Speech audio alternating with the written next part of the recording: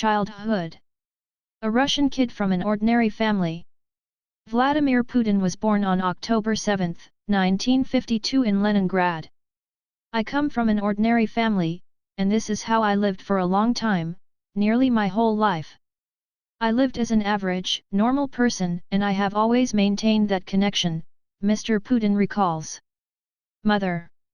Vladimir Putin's mother, Maria Shalamova, was a very kind, benevolent person. We lived simply cabbage soup, cutlets, pancakes, but on Sundays and holidays my mom would bake very delicious stuffed buns pirozhki with cabbage, meat and rice, and curd tarts vatrushki, Mr. Putin says. His mother did not approve of his decision to do judo. Every time I went to a practice session, she would grumble, "He's off to his fights again." Things changed after Vladimir Putin's coach visited his home and told his parents about what he did and what he achieved. The family's attitude toward this sport changed. My mother bakes some very delicious stuffed buns with cabbage, meat and rice, and curd tarts, says Vladimir Putin. Father. His father, Vladimir Putin, participated in the war. In the 1950s, he worked as a security guard and later as a foreman at the carriage works. My father was born in St. Petersburg in 1911. When World War first began, life in St. Petersburg became hard, people were starving, so the entire family moved to Pomanovo, a village in the Tver region my grandmother came from. Incidentally, my relatives still vacation in the house where my grandparents lived. It was in Pomanovo that my father met my mother, and they got married at the age of 17, says Vladimir Putin. Post-war years. After the war, the Putin family moved into a room in a communal apartment Kommunaka, in a typical St. Petersburg dwelling house on Baskov Lane. Vladimir Putin recalls, it was a building with a well-like yard. 5th floor. No elevator. Before the war, World War II, my parents occupied half of the house in Peterhof and were very proud of the living standards they had achieved then. It wasn't really much, but it seemed like an ultimate dream to them. 1960s, a troublemaker, not a pioneer. In 1960-1968, Vladimir Putin attended primary school number 193 in Leningrad. After the 8th grade, he entered high school number 281, a chemistry-focused magnet school under the aegis of a technology institute, completing his studies there in 1970. I was always late for my first class, so even in winter I didn't have time to dress properly, says Vladimir Putin. Teacher. From 1st and 8th grade, Vladimir Putin studied at school number 193. As he recalls, he was a troublemaker, not a pioneer. His teacher, Vera Gurovich, recalls, in the 5th grade, he still hadn't found himself yet, but I could feel the potential, the energy and the character in him. I saw that he had a great deal of interest in language, he picked it up easily. He had a very good memory and an agile mind. I thought, something good will come of this boy, so I decided to give him more attention, to distract him from the boys on the streets. His teacher remembers. A search for priorities. Until the 6th grade, Vladimir Putin was not very interested in studying, but his teacher Vera Gurovich saw that he could do better and get higher grades. She met with his father asking him to influence his son. It did not help much, but Vladimir Putin himself radically changed his attitude toward his studies when he was in the 6th grade. Mr. Putin notes, other priorities were emerging. I was asserting myself through sports, achieving something. There were new goals, too. No doubt, this had an enormous effect. Potential, energy, character. In the 6th grade, Vladimir Putin decided that he needed to achieve something in life, so he began getting good grades, which came easily to him. He was allowed to join the Young Pioneers organization, and almost immediately became the head of a pioneer detachment in his class. It became clear that street smarts were not enough, so I began doing sports. But even that was not enough for maintaining my status, so to speak, for very long. I realized that I also needed to study well, Vladimir Putin says. 1970s. Higher education. Leningrad State University and KGB School. In 1970, Vladimir Putin became a student of law department at Leningrad State University, earning his degree in 1975. In the late 1970s and early 1980s, Mr. Putin studied at KGB School No. 1 in Moscow. Even before I finished high school, I wanted to work in intelligence. Granted, soon after, I decided I wanted to be a sailor, but then I wanted to do intelligence again. In the very beginning, I wanted to be a pilot, Vladimir Putin recalls. A sailor? A pilot? An intelligence officer. Even before he finished school, Vladimir Putin wanted to work in intelligence. He went to a public reception office of the KGB Directorate to find out how to become an intelligence officer. There, he was told that first, he would have to either serve in the army or complete college, preferably with a degree in law. And from that moment, I began preparing myself to enter the law department at Leningrad State University, Mr. Putin notes. New goals, new values. In 1970, Vladimir Putin was admitted to law department at Leningrad State University. We had a class of 100 people, and only 10 of them entered immediately after high school, the rest had already completed military service. So for us, the high school graduates, only 1 out of 40 was admitted. I got 4 out of 5 for the essay, but top marks for everything else, so I passed. 1980s. Wedding in Germany. There was something about him.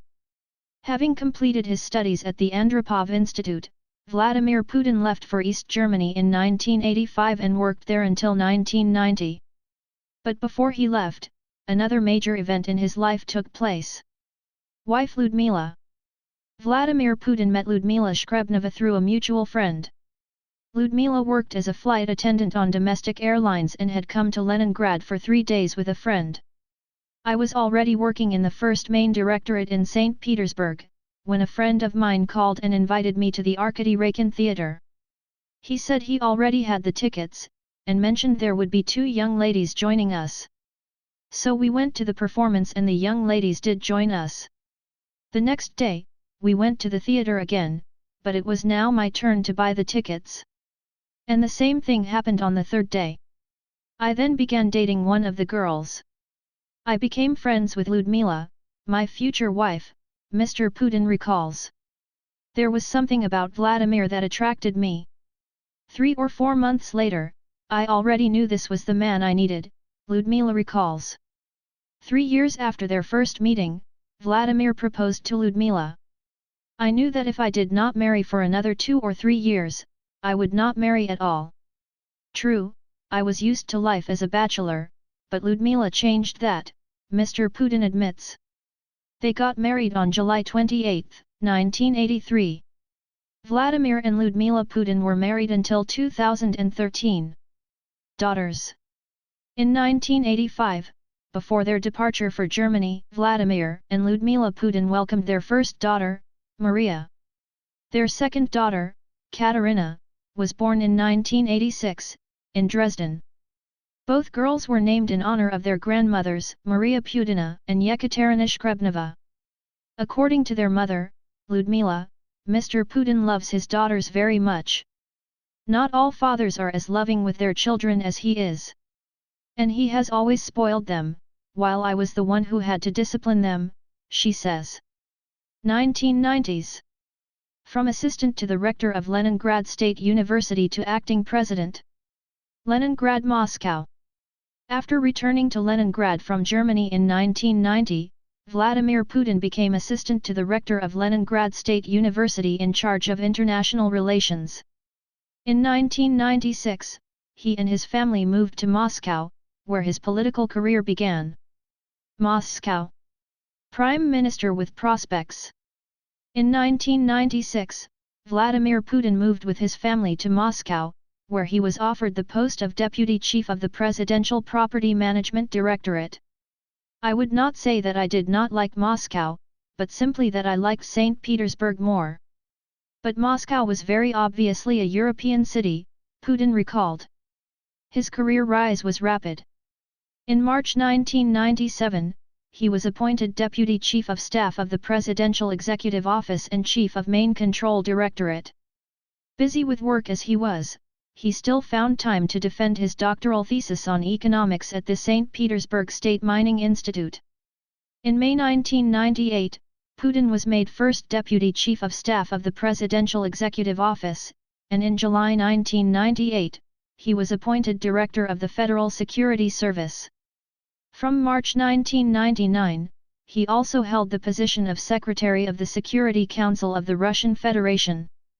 In August 1999, Putin was appointed Prime Minister of the Russian government. The post was offered to him by then-President Boris Yeltsin.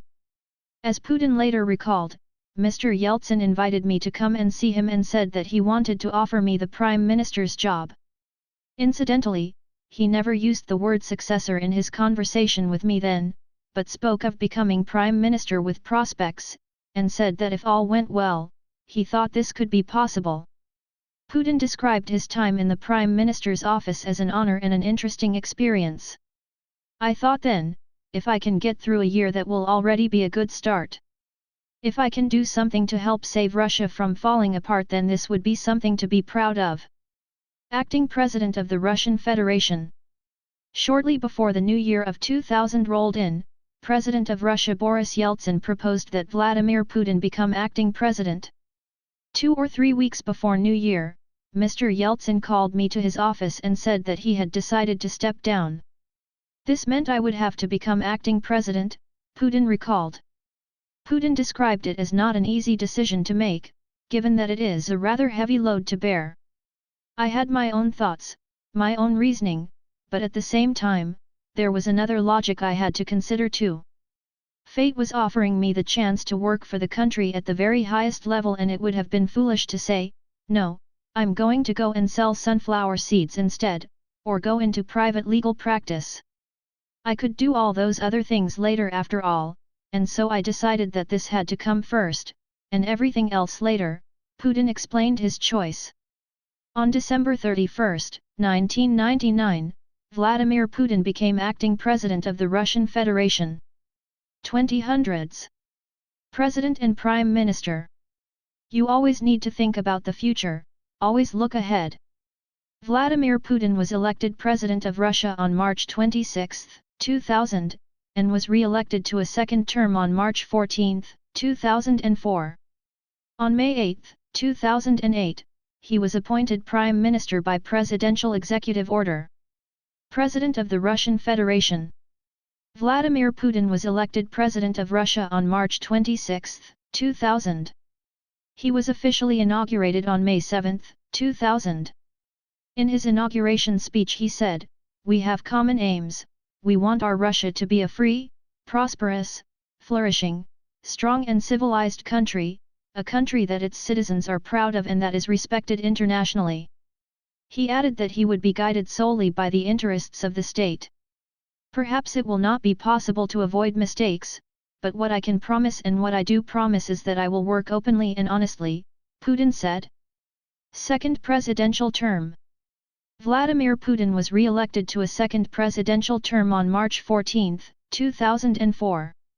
In his address to the Federal Assembly on May 26, 2004, Putin said, "Our goals are very clear. We want high living standards and a safe, free, and comfortable life for the country. We want a mature democracy and a developed civil society. We want to strengthen Russia's place in the world. But our main goal, I repeat, is to bring about a noticeable rise in our people's prosperity. We have better knowledge today of our own potential and we know what resources we have at our disposal. We understand the obstacles we could face in reaching the goals we have set, and we are actively modernizing the state in order to make sure that its functions correspond to the present stage of Russia's development, that of achieving a real rise in living standards." Prime Minister of the Russian government. On May 8, 2008, Vladimir Putin was appointed Russian Prime Minister by Presidential Executive Order. Russia has grown much stronger in recent years, Putin said at a session of the Russian Federation State Duma. We have enough resources to tackle still more ambitious tasks and goals. The important thing is to make competent, effective, and proper use of the accumulated potential. For my part, I am ready to exert every effort to achieve the goals set, to deliver new and significant results for the prosperity of our country and for the sake of a worthy life for Russian citizens. In the President's Job, 2012-2018.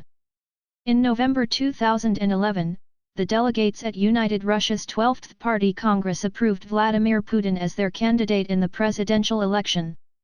Vladimir Putin was elected President of Russia on March 4, 2012. Crimea becomes part of the Russian Federation.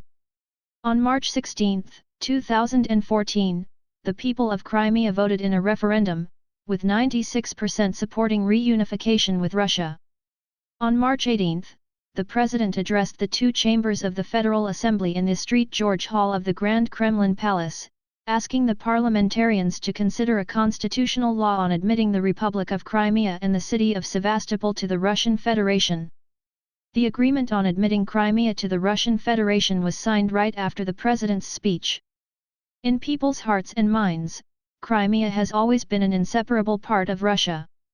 This firm conviction is based on truth and justice and was passed from generation to generation, over time, under any circumstances, despite all the dramatic changes our country went through during the entire 20th century, Vladimir Putin said in his address to members of the State Duma, the Federation Council, heads of Russian regions and civil society representatives. Ukraine War. The invasion began on the morning of 24 February when Putin announced a special military operation to demilitarize and denazify Ukraine. Minutes later, missiles and airstrikes hit across Ukraine, including the capital Kyiv, shortly followed by a large ground invasion from multiple directions. Zelensky enacted martial law and a general mobilization of all male Ukrainian citizens between 18 and 60, who were banned from leaving the country. At the start of the invasion, Russian attacks were launched on a northern front from Belarus towards Kyiv, a northeastern front towards Kharkiv, a southern front from Crimea, and a southeastern front from the cities of Luhansk and Donetsk. During March, the Russian advance towards Kyiv stalled. Amidst heavy losses and strong Ukrainian resistance, Russian troops retreated from Kyiv Oblast by April 3. On April 19, Russia launched a renewed attack across a 500-kilometer, 300 miles, long front extending from Kharkiv to Donetsk and Luhansk, with simultaneous missile attacks directed at Kyiv in the north and Lviv in western Ukraine.